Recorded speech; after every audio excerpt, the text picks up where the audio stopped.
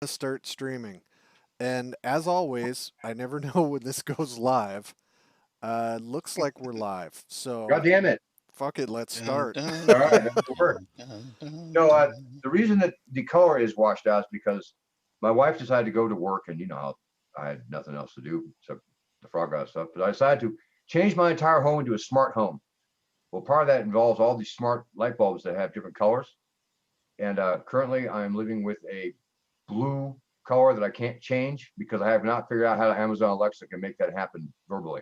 I think So it's fantastic that you created a smart house and now you are in black and white. I think it's awesome. No, I think it's awesome too. Jen hates it, which is half the reason of doing it. So Oh boy. That's the net gain that is not going to do well for you. no, it won't. But you know what? It's got me this far. All right. Well, uh hello everybody. This is Goddammit Zach. I God damn it, am your humble narrator, Skeeter you're not that Green. either. Humble, you're not. Our host, Zach Laser, and our guest, the space wizard himself, Jim Wampler. Yay! Longtime Yeah, friend of the show and multiple time guest. Uh, And lowering the bar for all other guests. oh, that is not true. You're you've not the seen some of our other guests. We had the Bill. hosts I lower. watched the show. I see your other guest. John Hook was fucking fabulous. Yeah, well, he raised the bar for guests. Yeah, we have. Oh, hey, Rocky's lung is in the chat, and Okay, it just said hello to us. Yeah. all right. Hey, hello. Look at we're getting people. I don't know what to do. Should we just shut down and call this a success? Woo, we did it. Uh, You've got viewers. Don't freak out. yeah, I don't know what to do. I've got performance anxiety now. No, we this week we wanted to have on Mr. Wampler, and I had a freak out yesterday because I thought we were doing the show yesterday, and I messaged We these both say guys this and is I was true. like, get ready, we're gonna go, and they're like, tomorrow, right? Because I had no idea what time it was I even or sent a or day. screenshot of that to my wife and probably Matt Finch. Just to, hey, look, Skeet Green's the same as he always been. Yep, yep, Well, see, absolute. Zach is smart. He probably knew what day of the week it was. You had me because yeah, I don't take days off. If one blends into the other, I'm like, oh crap, is it Wednesday? I didn't know. Yeah, it's still 2020, I think, which is the problem that most people are having. Uh, so anyway, we're going as everybody can see right now on your screen. There's a little zine or zine. I don't. What's the proper pronunciation? Yeah, really, help us, Wizard. Yes. Zine as a diminutive of fanzine is correct, no matter what Levi Combs says. Oh, Oh, I Levi defer to Levi. Combs slam, and he's here to witness that. So that is I trust wonderful. Levi Combs, dude. I didn't even know he was here, actually. Love Levi, but Zine is not correct. Oh, you just Levi, got told, son. So we're going to talk about Scientific Barbarian, and we're going to talk about this in a couple of different ways. What it actually means to the small publishing kind of machine and industry, because this is, um, I think it was the starting of this year, or was it the end of last year when they were doing the zine thing. the month. It was February this year, wasn't it? Was it February? I don't know. Yeah, I missed it. I wasn't part of that, but Obviously, everybody else was. yeah, obviously I don't know time at all. Um, but there was a whole bunch of people releasing these small independent RPG magazines, which was, and Jim, you can talk to this more than Zach or I can. This is harkening back to the very beginning, right? I mean, that was not necessarily the beginning of TSR, but small, independent, little, mimeographed books that got sent out and, like fucking monks writing this stuff by hand and then sending them out, mailing them out to people. El Conquistador, for example. Yeah. Getting the big slicer at home and slicing them up and folding wasn't them that over and wasn't that Rob giant stapling them. wasn't that Rob Kuntz's job was to set up that for the Castle Crusade Society? Isn't that how Gary first started making him do work for free? was designed. I mean, Who this is I really. don't knows? know. You want me to call Tim? Do you want to talk Wow. about Rob? No, I don't want to talk about Rob. No, no, seriously. This is like Unless it's cornerstone face of to our hobby. face, I don't want to talk about him. No, but the this is like the cornerstone of our hobby. This was like way before like this is before even but like alarms excursion stuff, and this is like where it's at. And so good stuff. I love this. I love Zines. Well, I think there's multiple things going on, and some of it is just as you say. It's just a great time to be a gamer, and everybody's trapped at home at the same time. So what do you do when you're trapped at home? Make cool stuff if you can. So there's a bunch of that, and it does harken back to the old days of traditional handmade fanzines. But I think what we're seeing now is more all the way back to that original desktop publishing promise that Steve Jobs got up and made when the first laser printers came out. Now the power is in the hands of the people. Well, what's happened is everybody in gaming is using that power to create all this great content and all these cool zines and Kickstarter and Indiegogo as platforms to fund them and get them made. But it's something, it's quickly turning into something new, because traditional, especially those of us of our age, all Hey, whoa. want Dragon magazine again, and we can't have it because Okay. bookstore magazine shelves, that industry's gone, and it won't support a good gaming magazine. And this is not only filling that slot, it's kind of growing, I think, growing into its own new thing. Yeah, that's one of the things that I've been talking to, especially with Levi, because we know Levi loves this stuff, and he is a prolific writer. He's done work for Scientific Barbarian. He's done his own zines. He does modules all the time. One of the things that I like about it is it's very much kind of in the same flavor as this show. It's very garage band. We're going to do something that is quality, but it's not kind of overproduced. Like, this is not something that would come out of a Hasbro or a Wizards of the Coast or a large company, because I think at a certain point, their goal is to make something that's perfect. And just like the difference between records and CDs, I think you lose something when you get to that diminishing point of perfection. Diminishing marginal returns.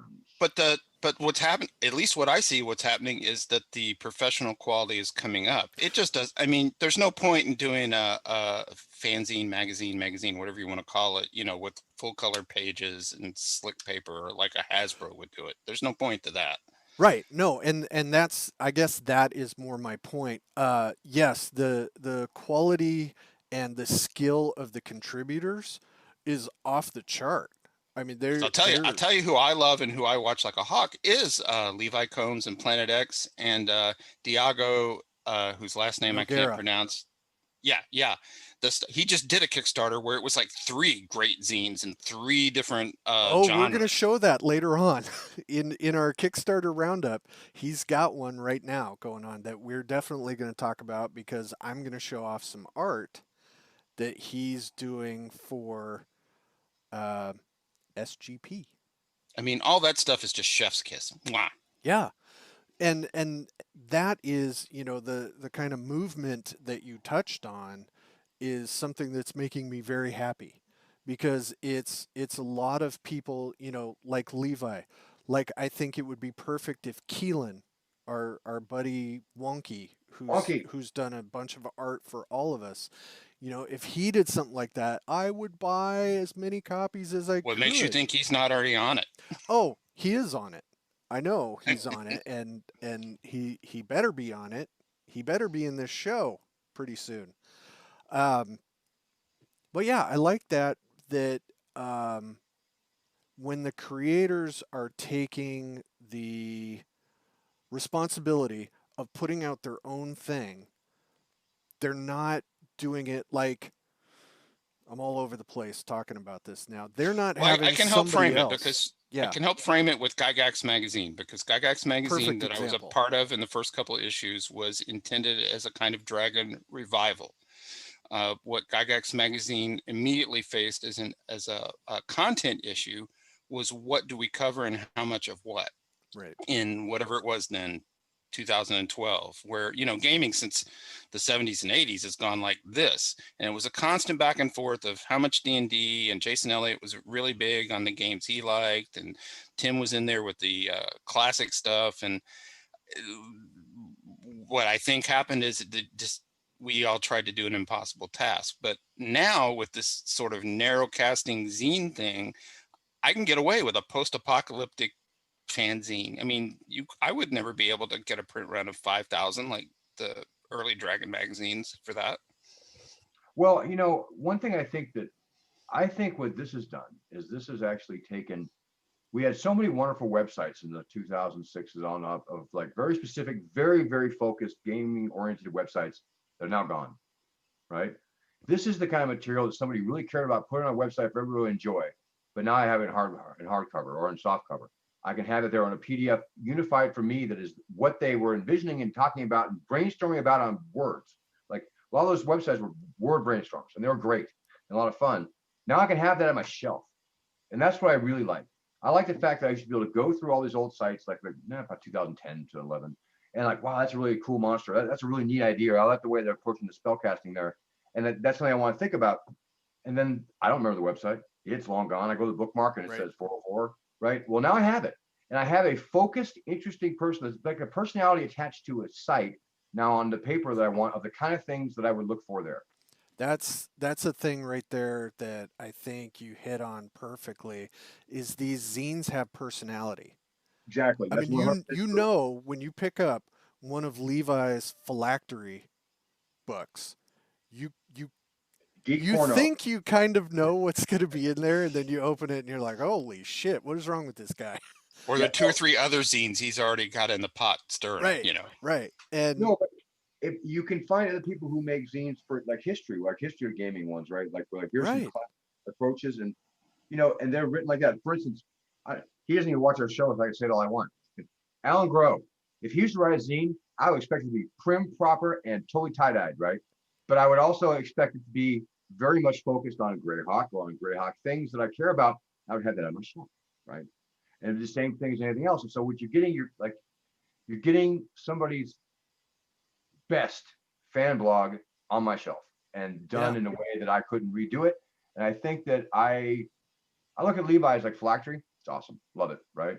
And then I see other ones that I get and I'm like, I get excited about them because they are everything that the publishing I do now isn't, because we have to make things branded, not bland, but not over the top, right? They have to all kind of match a certain kind of marketing strategy, et cetera, even for smaller printing companies. These don't. These have to be exactly what the creator wants them to be and to be small, and I can have them without them being on a forum. Like, for instance, there's some great stuff. You go to Dragon's Foot, you go back and you'll see long, really awesome discussions. I'll never go back and look for them, but I can have to see those discussions by the people who wrote the good stuff in zines. So. And you can collect them and you can stand them up on your shelf and get a nice row going. No, but you know, I get excited when they come in because I actually like to read them. See, a lot of times I'll get rule books or long adventure books or books I collect. And I'll be like, I don't really want to read this because I know that I'm never going to get through it because it's long, old, and I'm the only guy who cares, right? But this stuff is like, it affects the games that I think about today. And I'm always looking to see what people are thinking about in terms of a wider hobby. And this gives it to you. And it's fun. It's fun to get something in a digestible size that is fun and interesting to do, that you know is a passion project, but that we're way past the mimeograph phase, right? And this is just showing it. I think that this is it's a great way to get ideas out there, to give yourself a little bit of back for the work you do in the hobby, because those web pages made you zero. All those forum posts people made that were really awesome, they were worth exactly how much, you know, the air that you breathing while you did it cost you. They are worth the ones and zeros they were created with. And the ones that I can't find, right? Right. Like, for instance, as just an example, Dragon's Foot used to have a Ask the TSR grognards, right? They had to ask Jim Ward, ask Tim Cassidy. And I actually went to Gary Comics. I wrote to Tim Cassidy in that thread, right? So I remember these pretty distinctly. Those had so much awesome information. If those were published by those guys, had written those up and written them up as zines and made some money on them, they sold them, right? This is it's a change, and I think it's a good change. And I think that our hobby's better, but these are more and more accepted. I think that It also bridges the gap between what I want, which is a printed copy I put on my shelf I like, to which a lot of people who want is a digital copy they can quickly get for inexpensively. And I think that those things keep the large divide between the oldsters and the youngsters, everything accessible still.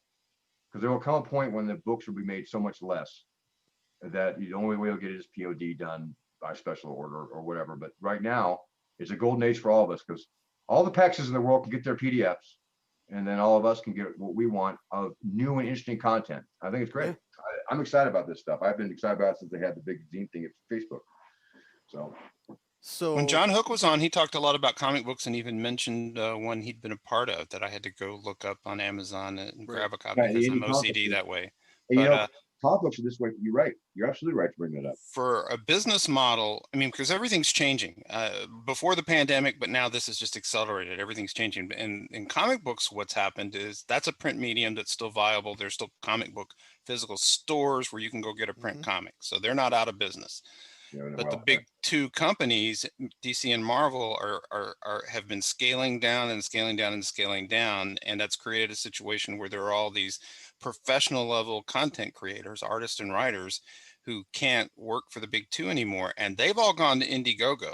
And some of those guys are doing six-figure Indiegogos, self-publishing their own comics, and that I think is part of this fanzine thing we're seeing in gaming. The same sort of natural. And they're growth. producing the comics they want without the constraints of having to work with the publisher's characters, right?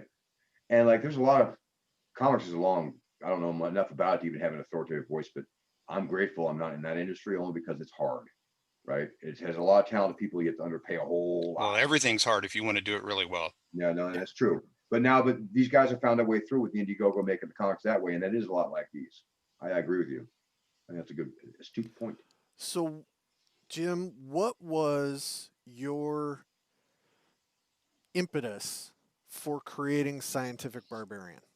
What made you decide, I think a zine like this is what I need to do? I know you and I have talked about this multiple times, but I want to get this on the digitals. My hesitation is I have a natural marketing reflex where I want to Stanley everything like a bullpen bolt. And the honest truth is, I was doing the books that I've kickstarted, and there's a third one planned, and it's not kickstarted yet because I'm a slow writer.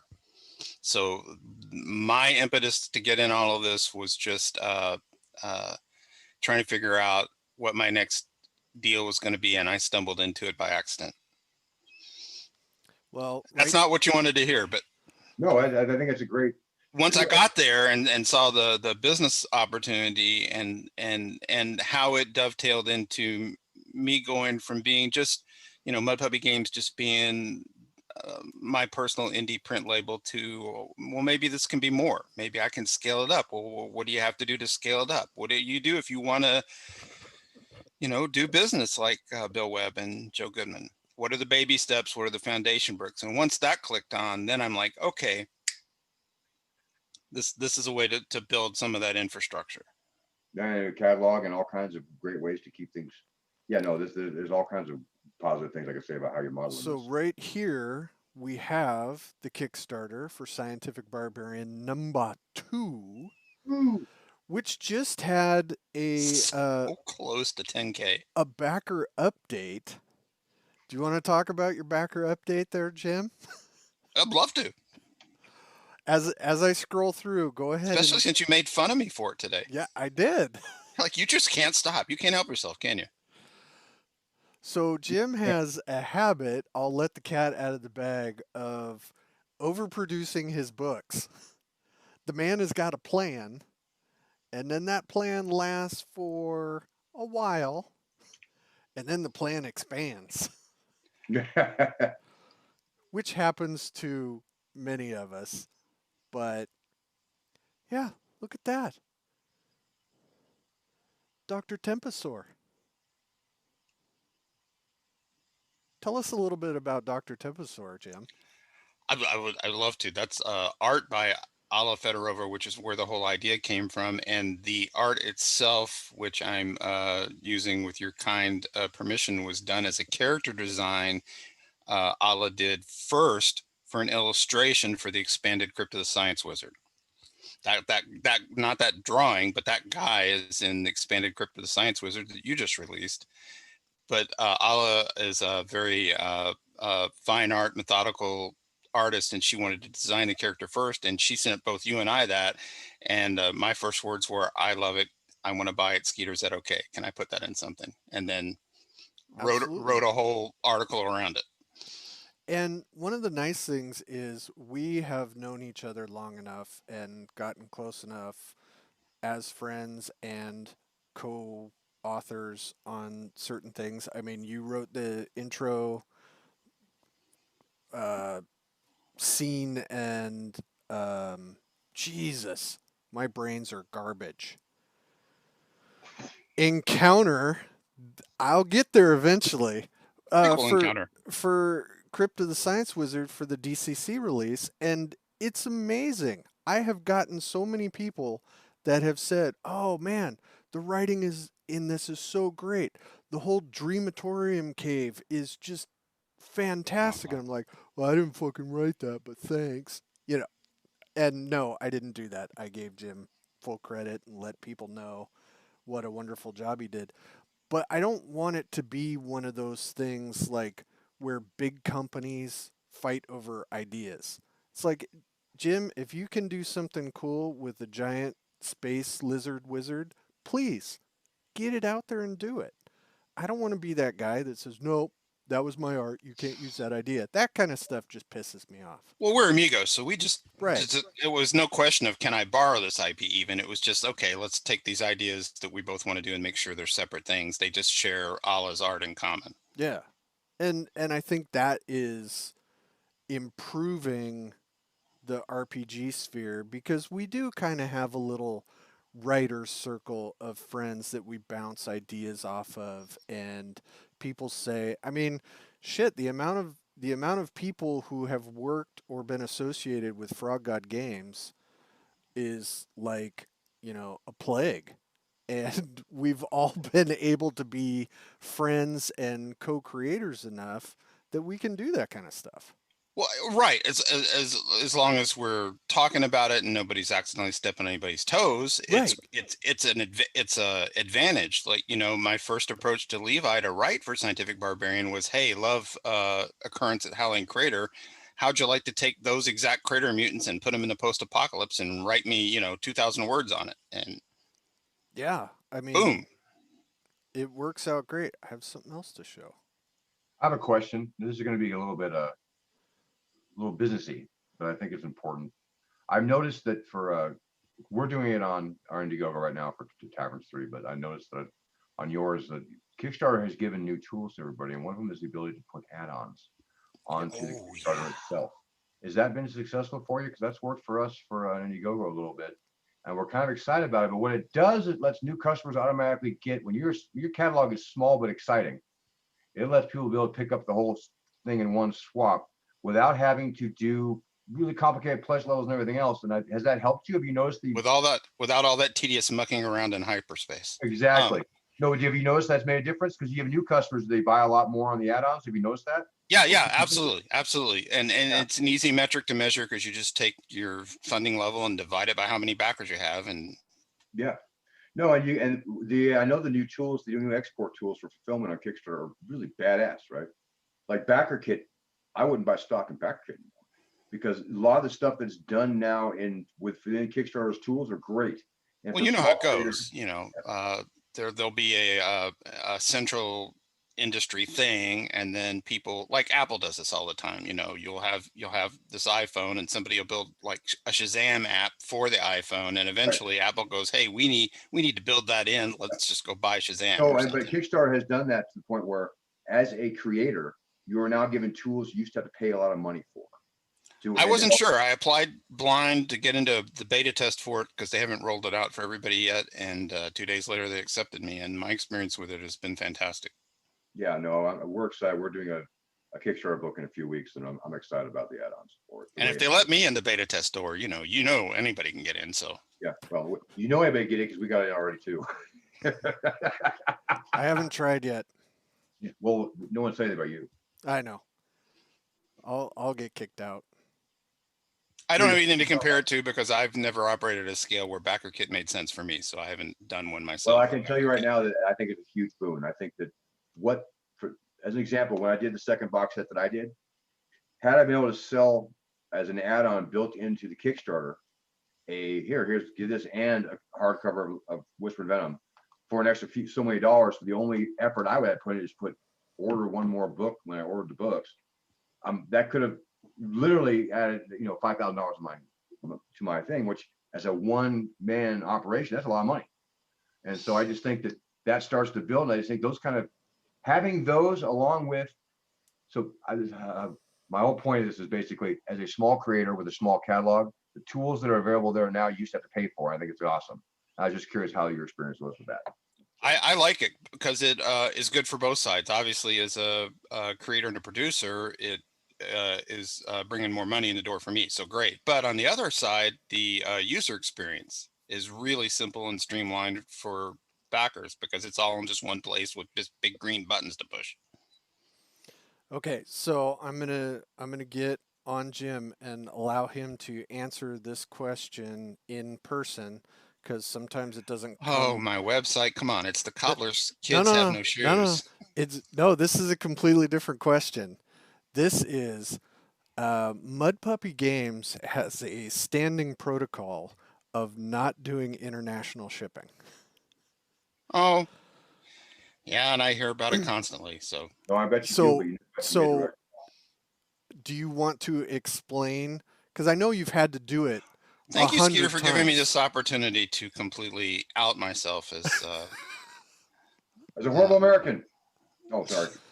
No, because I no, because not that there would be anything wrong with that. I Easy now. I have a support for your position that I will speak to after you are done with yours. International shipping from the U.S. is a thorny issue for everyone, and as Zach knows and Hasbro knows, it doesn't matter what scale you're at, it's a problem because it's so ridiculous. At my scale, what's there are a lot of things I can say about it that are absolutely true, but the real reason I won't do international shipping is because I believe international shipping is a bad customer experience, and I don't want to do that. Even if you as an individual in Japan or Australia or the poor Canadians, I mean, they're just up the Right. street. Yeah. If you're willing to pay $27 to get a $15 book from me, that's great. But if I open it up to you, now I've created a situation where everybody feels like that's the price of admission, and that's a bad customer experience. So that's my, you know, blue line I can't get past. It's not to say that somebody won't figure out a solution that I haven't found yet.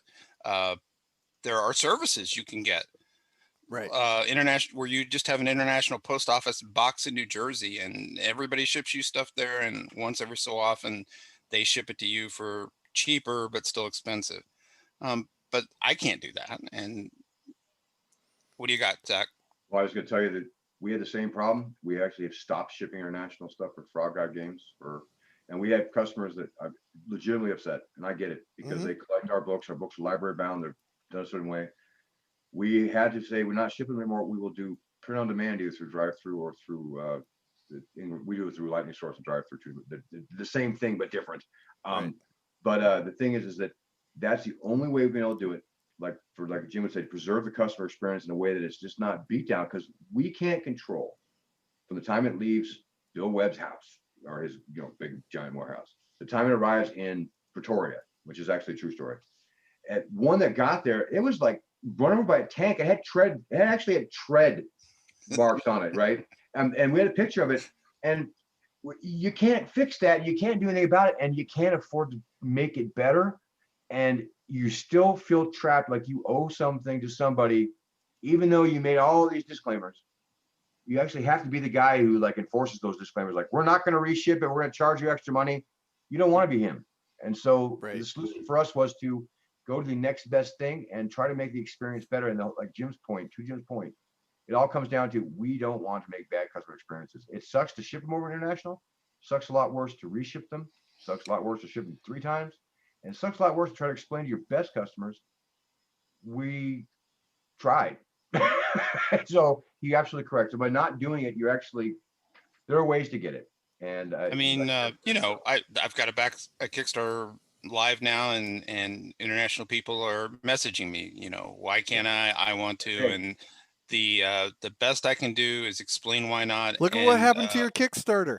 It got some money right, while we were waiting. your You're OCD can get welcome. better. crack 10 grand live on the air. Thank you. So But I was going to say, and just demonstrate the enormous empathy I truly have for them, because yeah. if I was, in Ontario, I'd feel exactly the same way. And don't you think I want to sell more books? I'd love to. So my story was I had two backers in Europe. I've sent stuff to Australia, perfectly fine, arrived, no issue, everything was cool. Me too. Stuff up to Canada, everything was fine.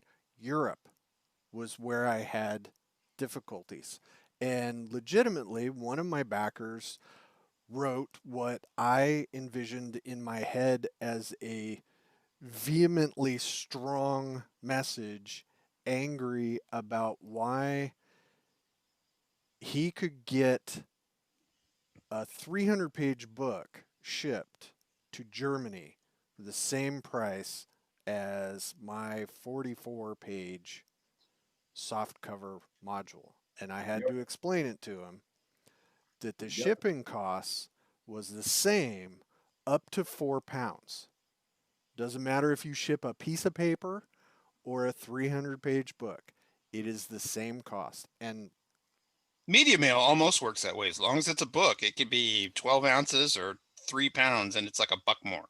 oh Yeah, yeah, no, no, I just sent a 15-pound package to a company that we know of to restock some books, and yeah, that's exactly the way it I just sent works. out 4 boxes of author copy, contributor copy stuff at 25 pounds each, and a media mail is the only way you Oh can yeah, ship without it. It I would be mean, $100 in priority mail. yeah, I looked at That's domestic.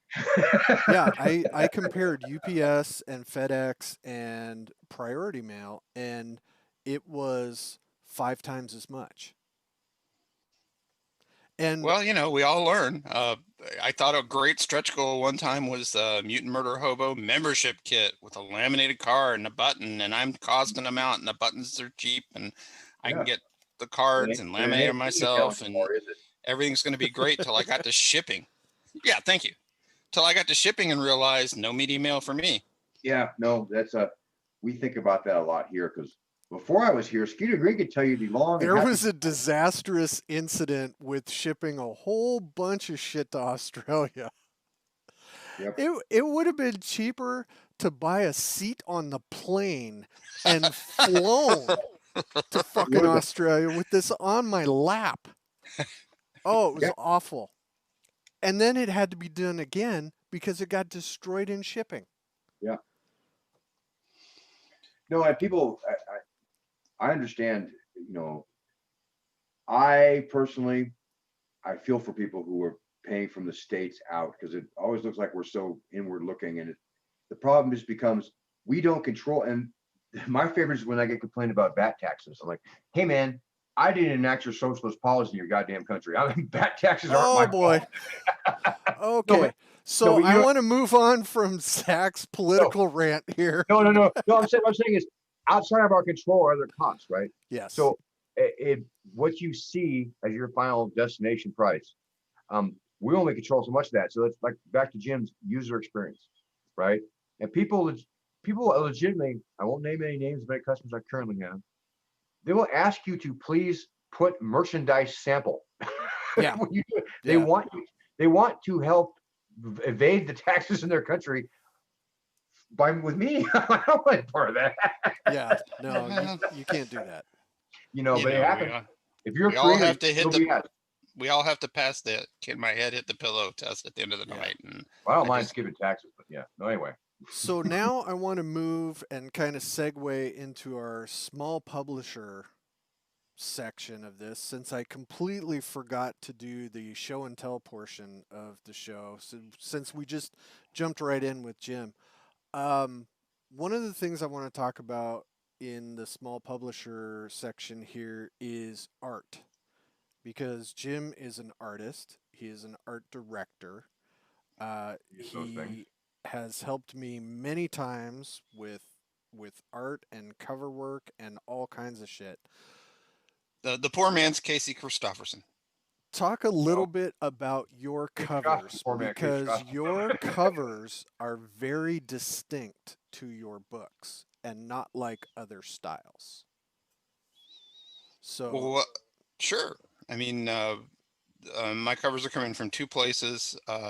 One is like I do cover designs for other game companies, and always have, and I try and come up with a motif or an idea, like Joe Goodman did. I mean, the initial release of Dungeon Crawl Classics was very obviously homage to 30s and 40s pulp fiction magazines, especially science fiction and fantasy. Um, so and so I just always try and come up with a visual idea or concept. I'm going for 70s and sometimes 60s science fiction and fantasy paperbacks on the books themselves.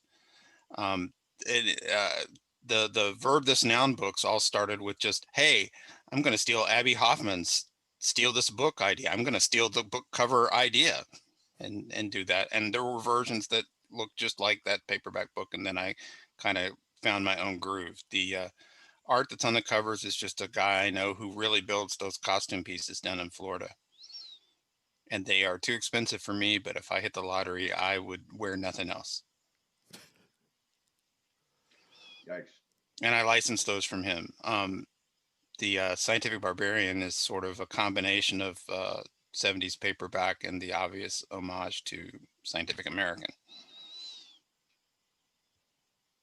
nice.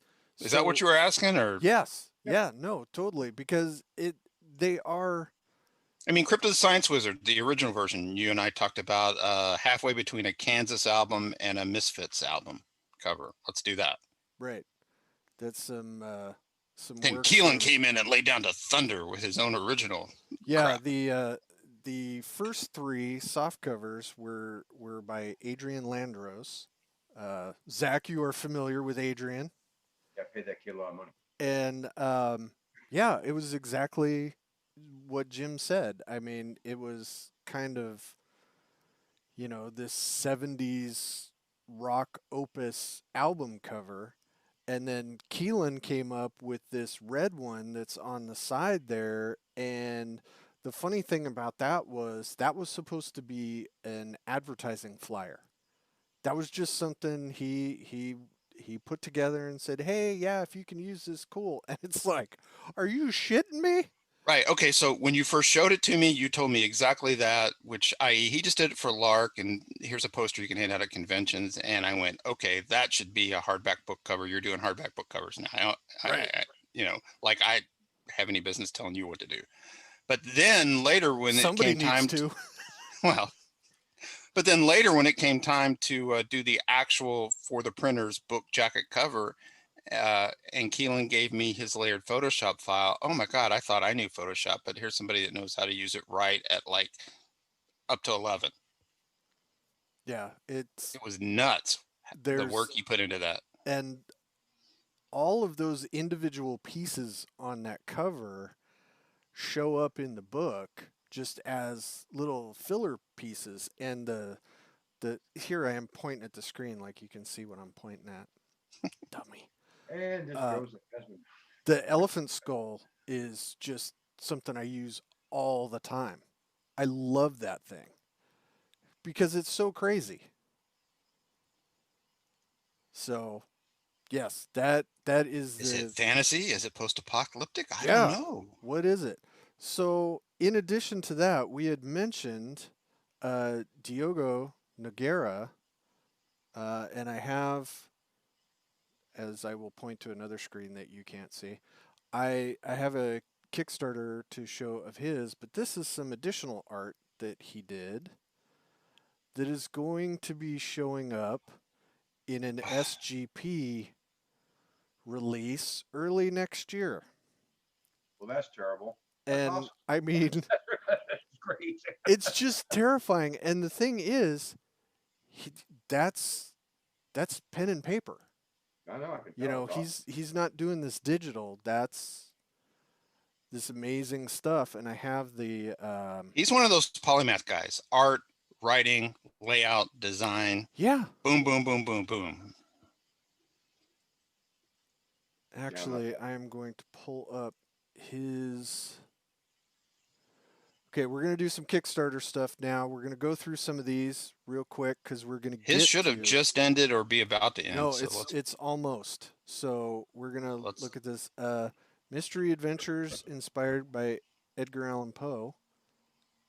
Isn't that like all adventures? No, the good ones. Yeah. exactly. So if anybody is interested in these, take a look at them. Here we have some 3D printing. Yeah. I only want to get into those so far because I don't want to get irritated because I can't print them out because I'm not good at it.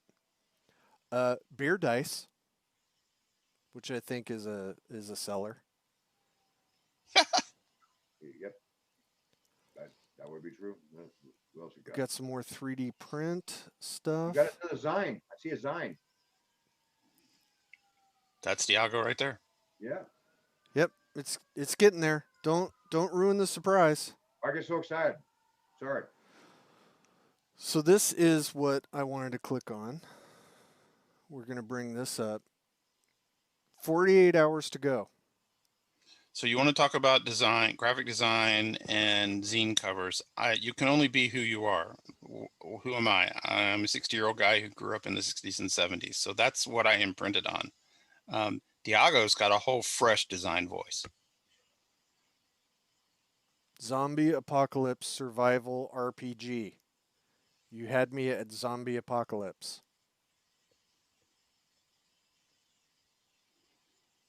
Yeah, I've gotten some of his other books from Gallant Knight, and they are exquisite. He writes a damn good RPG too. The one I'm gonna say it wrong because I don't have it memorized. Not Swords and Spells, but the sci-fi one. Never mind. It doesn't matter. All his stuff is great. What's this one making right now? Where are they at? What? What's the total on this Kickstarter right now? Last time I looked, he was way over 10. Yep, All 12.4. So you work as hard as you can to put out one scene, and Diogo rolls along and goes, "Here's three and one, Right. 3-in-1." Right, and Look at that! Look at that! Space horror role playing game. It's like I just want to quit, but I'm not gonna. I'm like herpes. You can't get rid of me. I was gonna say, like, I have no penicillin to get rid of you. Yep. Nope. Not gonna happen. So zombie apocalypse, cyberpunk, and horror in space. Yeah. And it's all of his stuff is based on a very easy rule set. It's more about the feel than a rule This set. is the part I want to celebrate because WotC and Hasbro can't do this. They can do D&D, and they probably want to do one more big one, and they're trying to figure that out. Then the next tier down, Paizo, they can, let's do Starfinder to add on to Pathfinder. But then down lower, we can do all of this we want and are, the whole industry. Yeah, there's a guy we know, Mr. James Spahn, that has dipped his toe in this pond as well. The same night. Well, I would be negligent if I didn't mention James Spahn wrote the adventure that will be in Scientific Barbarian #2. Well, that's it. I have See, I can segue. I can tie things together in my snake pit of a brain. And his adventure has got giant robotic dinosaurs. So what more do you need to know about that there one? we go. And this screwed up again. Okay, so we're going to jump to this one because when I flounder and fail, I go to the familiar. Yeah, I heard this right before we came on that we were supposed to talk about the Book of Taverns, Volume 3 by Frog God Games. Once afternoon. Book of Taverns was the Necromancer Games made a hardcover book back in 2003. This is the best of those have been divided into 3 softcover books, so you can kind of pick and choose. They actually has the add-on. You are very quiet, Zach, because you are too far away from the microphone because you No, won't I'm wear a not. headset like you're supposed to. I refuse. No, this is one is actually from Necromancer Games, an old book from 2003. These are the best taverns from there. This one's actually got a tavern that's caught between worlds. It's kind of like a temporal space. It's a fun one. The other two are available as add-ons. If you like this kind of stuff, back it. It's printed the fancy way, locally printed here in Arizona. We'll send it out to you. Also available on PDF. It's good stuff. I'm glad to see these have gone through and finished because the very first one went out a year and a half ago. So we've been going through this slowly, and this is a good one to end the year on for these. So we not ending the year yet, but Can I guess who did the logo on that one? logo on that one. Yeah, go ahead. I'm going to guess Susie Mosby. That would be who. No, it's a nice looking book. There's all three of them on the screen right now. He has got showing there. No, these have been they're consistent sellers. They are a really good tavern. Like they've come taverns come with maps and they come with other things that are really useful. Though it is system neutral. But these are just fun ones to do. I really like the fact that we're doing so many of these soft covers at Frog God because I didn't think this was a possibility to do a few years ago because it's so hard to get things printed. But Indiegogo is trying to be the perfect platform for us for this. So if you've never used Indiegogo, it's great. It's a lot like Kickstarter, but not exactly the same. And so if you had not done, give it a shot. I think it's worth it. So I got to be me. Looking at these covers, this is the Book of Taverns, right? Mm-hmm. So it has the right title on it. Mm-hmm. Okay, that was it. You don't have to put a sticker with the right title on it. Not anymore. Okay. Meow. Jesus. That was back in the day. This before me. Yeah, That's some long-term butt hurt from somewhere. Yes, it is. This is that's from being in a cold ass warehouse putting stickers on the covers of books. Is where that came from. Yeah. So, Scientific Barbarian #2. Is there a #3 in the works, sir? Yeah. Oh yeah. And in fact, I may regret this, but I mean, generally speaking, I'm taking open submissions. So anybody who wants to join the team, you know where I live online. Come find me. But yeah, I mean, this is the point where I get like all Stan Lee about stuff, and I just need to remember to thank everybody who's supporting this because the support has been fantastic. In the holidays, in the middle of a pandemic, issue 2 was 356 people, and you still have 12 days to go, man. Yeah. So this is I am apparently on the right track, but there's only one way to ever find out, and that's do it and see who wants it. So thank you to everybody who's been backing this and everybody who backed #1 because you're the ones that made this possible. You helped employ a bunch of freelance writers and artists, not just me. Yeah. I'm one of those. See, that's at whatever rates I can afford to pay, but still. Yep. And again, I point at the screen that nobody can see me pointing at. Yeah, I'm on one of the covers. Yay, me. So please back. Jim will be very sad if he can't do a #3, but I don't think there's any possibility of there not being a #3. This has gone too well. Well, I'm not sure what you're asking me, but in my head, I'm planned out to 5 for sure. Okay, so yeah, that was my super subtle way of asking you how this is going and how far out into the future you have this. When is the next Kickstarter? I will ride this in a steed until it bucks me.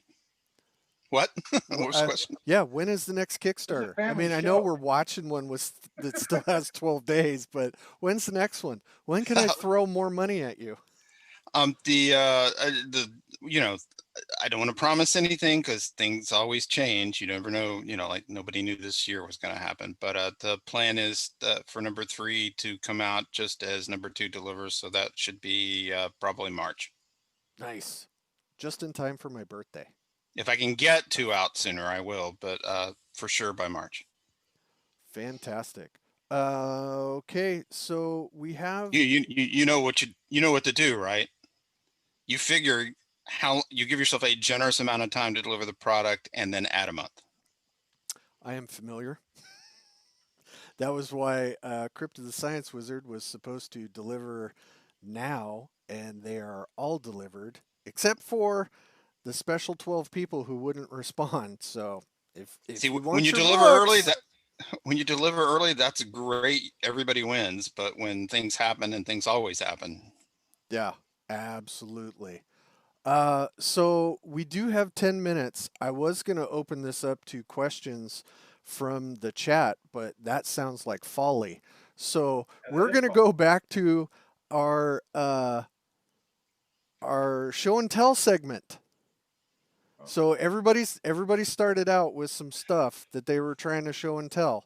So, yep. Thanks to this live stream, I now own a copy of this, and I owe Zach Glazer big time because this thing is fucking fantastic. I wish I had the whole box set. It's amazing, isn't it? Yeah, we can't see it on yours, Zach, I because know. you don't but understand you can see enough of it. technology. Yeah, I do. Your smart house is keeping you prisoner. It is. So if you want, I can show what I got, and you will see it. Yep. And also just this week, I got my Tales of the Smoking Worm, Oh, nice. which, sorry, I'm going to be Zach Glazer and just rip this shit off. Ah! Woo! Somewhere in Alex Kammer just had a seizure. No. There you Well, go. yeah, And- he might have. You know who else would have was yeah, you don't know probably him Smarmy from the boards. He used to have a heart attack every time. Oh, Like really, geez. literally. He would hurt So his this is a hip. DCC MCC zine, very similar to what you're doing with Crypto Science Wizard and bridging both at the same time. Produced locally here in Lake Geneva South. Nice. I'm sorry, Cincinnati, by Nice. Blind Visionary guys. That is good stuff. So, in keeping with the DCC theme, I have something for show and tell. I just got a set of these sparkly cocaine dice. Ooh. That is sparkly. Yeah, it is Okay. fantastic, and I selected the 30-sided, so you can actually see that this dice is wonderful. If you And caught a cop that didn't know what that was, you could get yourself arrested yeah, with that. and I got the I licked a frog and now I'm high as fuck dice. Right on. These have a very nice swirl of different colors. So yeah, that was the Black Friday sales at Goodman Games. So I purchased some dice sets because I finally got myself over the fact that spending X amount of dollars for a set of dice is okay when there's twice as many dice in the set. There In you a go. shocking turn of events, Zach's got a Dune game. Hey, who would have guessed? I know. Zach, This is- tell us about this Dune game. This is the Dune game I had that Tom Tullis doesn't. That's all I gotta say. Oh boy. Do you really want to? That man was recently imprisoned. Do you want to risk his ire? Can he send you his prison tattoo? No. Sent me his prison tattoo. There's a reason I'm not going to share it because what he sent me was horrifying and scandalous. Yeah. Well, You guys were making Hey, such a oh. production out of him being in Facebook jail today. I'm like, when isn't he in Facebook jail? It's No, once the a best week. part is, not one person out of 30 people I couldn't wait to tell. Not one person goes, "Oh, really? That's too bad." yeah. Every single one was, "What did he finally get caught for? What did he get busted for? What finally did him in?" And what finally did him in was the dumbest thing I ever saw. Yeah, that was stupid. Oh no, you can't tell what millimeters, Mr. Millionaire. Yeah. That was fantastic and dumb. Well, it's all logarithms. So if the logarithm thinks it's a penis, and you're done. Well, no, I think his actually turned out to be because millimeter, 21 millimeter or 28 millimeter Yeah. versus 9 millimeter. It was the guns that they called them on. yeah. Oh, even though he was talking about minis. Yeah, they Yeah. thought he was talking about The caliber. 28 millimeter would be like about artillery versus a 9 millimeter shell. No, they thought he was talking about the size of ammunition. Yeah. It was really lame. So, It gets easier and easier to write post-apocalyptic content every freaking day this year. right? Right? It's like I don't want to play a reality game, but now it's just like, okay, this is what it is. If there's some fucking lizard rat that comes walking down my street, I'm just going to be like, yeah, okay, it's Wednesday. I mean, murder hornets? Who would have ever thought? Oh, shit. Oh, the human brain cells in the rhesus monkey brains, and suddenly they grow. I'm like, oh, Yeah. come on. It's like, have you never seen a movie? Did you never go to the movies? What's great is in my news feed, I get that along with Boston Dynamics and their robot that can now do CrossFit. It's like, are you kidding? These actually go together. If you take that monkey brain and stick it in that robot, it's going to kill us all. Well, do you guys have this reaction? There's like the uncanny valley where they simulate like android humans, and if they get real close to realistic, it freaks your brain out or something. But there's the flip side, and it's that robot dog. That robot dog freaks me out. The one Oh, that just goes boing, boing, boing, boing, boing across the field and over logs and stuff. well, and then, I mean, we have to mention Japan, the sex robots that actually look like people. It's like all of this is going to merge together, and there's going to be a Terminator.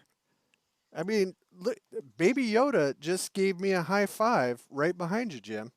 So, I mean, watch out. Except it won't be Schwarzenegger. It'll be a Tracy Morgan sex robot. Yeah, Come to kill yeah, you. pretty much. Oh my God, that I think we're going to wrap it up with the Tracy Morgan sex robot reference. And Jim, thank you for being on the show. What Thank would you guys for having me. besides the Tracy Morgan sex robot, what would you like to leave the fans with this evening? Oh, the only way, there's only one way to take the T out of TPK. So if you got to do it, screw the rest of them. I know what that reference is for, and that is absolutely solid. Ed Bickford, I'm going to see your altered carbon and counter with Black Mirror. There's some things going on in the chat. Zach, pay attention to your own show. You What- said we were logging off. What? Hey, man. I had Kim George just sent me a text, but I got important stuff to talk about. I don't need you. No, you don't. What would you like to say to the fans? I would like to say that go buy Scientific Barbarian. Oh, thank you guys. I would also like to say that, I said it first. and not just because it helps me too. I just want some D&D cred. Anyway, thank you everybody for tuning in. For my host Zach Glazer and my very special guest Jim Wampler, thank you much for being here. And See you all. Don't participate in edition wars. That's it. Watch this show.